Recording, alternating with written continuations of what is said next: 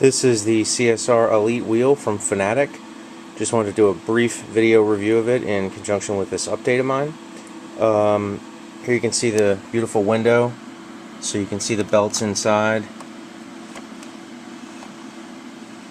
All made out of machined aluminum, very, very heavy duty, just like the Club Sport pedals. One thing I particularly like is there are a couple of mounting points, screw holes, might be hard to pick up with this camera, here and here, where you can actually attach a future mount for an iPod Touch, an iPhone, an Android phone. I was thinking it'd be easy enough, these are already threaded, you could actually make something up yourself before. I'm sure Fanatec will come out with an accessory for it, but they're quite busy preparing the Club Sport wheel and Club Sport shifter and CSP version 2 pedals, lots of goodies. So, haven't had a single issue yet, no problems. I say yet kind of tongue-in-cheek. I know Fanatec had a reputation for having some, quality control issues early on. I was actually a beta tester for the first 911 Turbo wheel before they even had Xbox 360 compatible wheels, and I've gotten most of the wheels since that they've come out with, and I've had an issue or two here or there. Early on it was mostly software or firmware related. Armin and Thomas were good help in getting a lot of those resolved. One of the major things is the shifters. If you notice here, very, very large shifters with a really good positive click. Great noise, great feel. That was one of the things I missed about the G25, was it had really good shifters. These are even a step above that.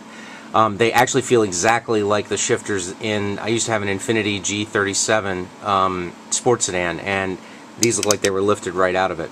I had actually sent an idea to Thomas at one point. I wish that this section here, where the seam is, it was actually removable easily, because I think it would be a really cool idea if somebody were to make replacements for this, maybe that had LEDs in them. I know that would only work on a PC. Or in my case, I do a lot of open wheel racing, and I'd actually like to rip this whole thing off, because you can see it obscures my view some of the screen. Like I was mentioning earlier, this whole area here, I get the gauges and I get everything lined up the way it should be, but there's always a little bit that's missing that the steering wheel, the actual physical steering wheel, is covering up. So I was thinking more of a Le Mans style wheel would be wonderful, where this is actually probably not all the way at this seam, but I may actually one day cut this here and remove that section, and then maybe wrap the whole thing. I checked with Thomas at Fanatec, and he said there are no electronics in this portion, so that wouldn't be a problem. You can see I have it set to 480 degrees right now, which is what I run most things at, but it's easily adjustable. If you're familiar with the Fanatec wheels, you can just go through all these settings and adjust not only your degrees of rotation, but you can adjust the force feedback strength, you can adjust the damper and spring effect, the vibration effect, where your brakes lock up for anti-lock brakes. I mean, it's really wonderful, especially on a console game that doesn't have a lot of those features. You can go in and adjust that. And keep in mind, again, this wheel can work with the Xbox 360, the PS3, or the PC. You've got, some people have complained about the button placement when you're in the middle of driving. For instance, if you have to hit boost or something over here, or I use these sometimes for brake bias in some games. It's a little bit of a stretch, but it's not bad. I think that it would have been nice if there was actually a button right here, and I was thinking maybe one day I might try to hack something in there. This is kind of a thick piece of rubber that these 4 Xbox or PS3 buttons are attached to, and this is actually right next to your thumb. That'd be a great place for a button, but these work. They're a little bit of a stretch, but not a problem. This is the D-pad here. It's great. It has a really good feel. Positive click in the center too, which can function as an enter key, or of course your directional keys.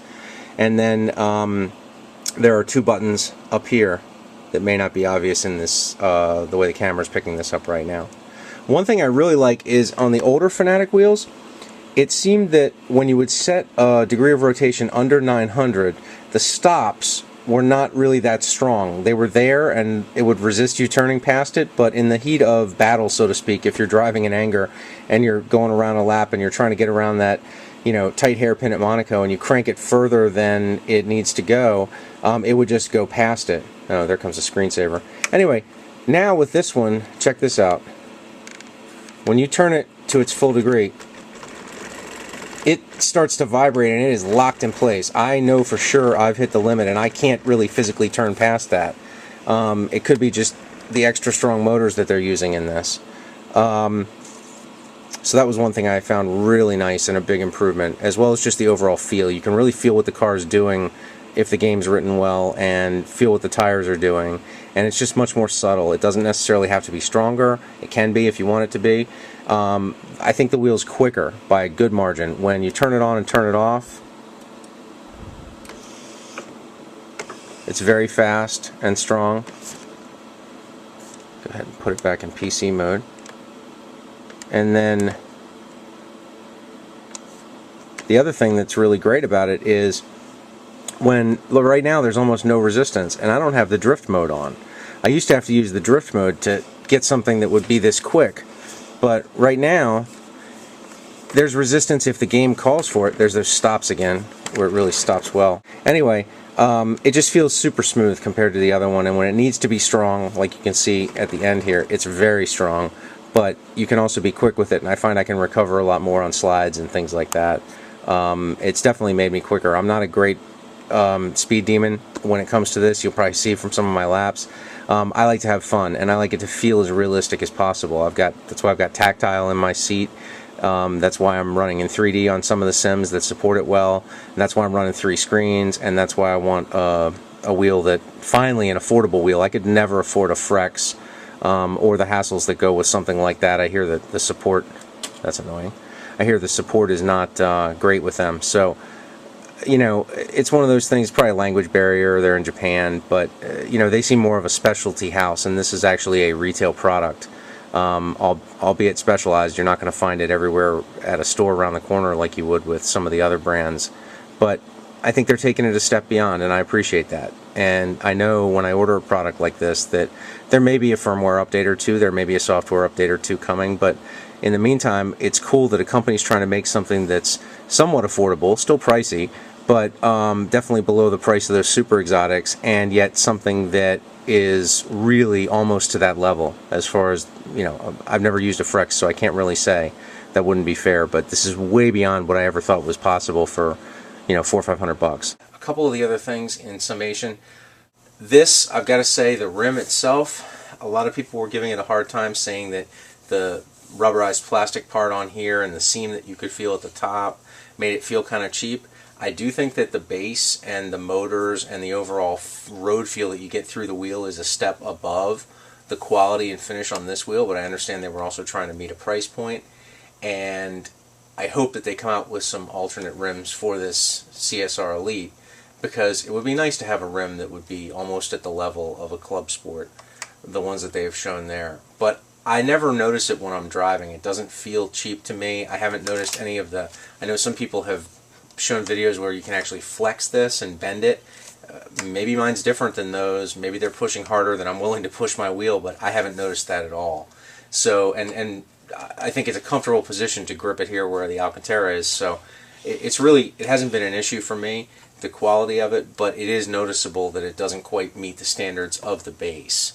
So that being said, I love the rim. I think it'd be interesting to compare it to a Club Sport, especially now that these games are getting better and better, when you can get the force feedback and feel of a really good R-Factor mod, or with iRacing, or even hopefully the feedback gets better in Project Cars.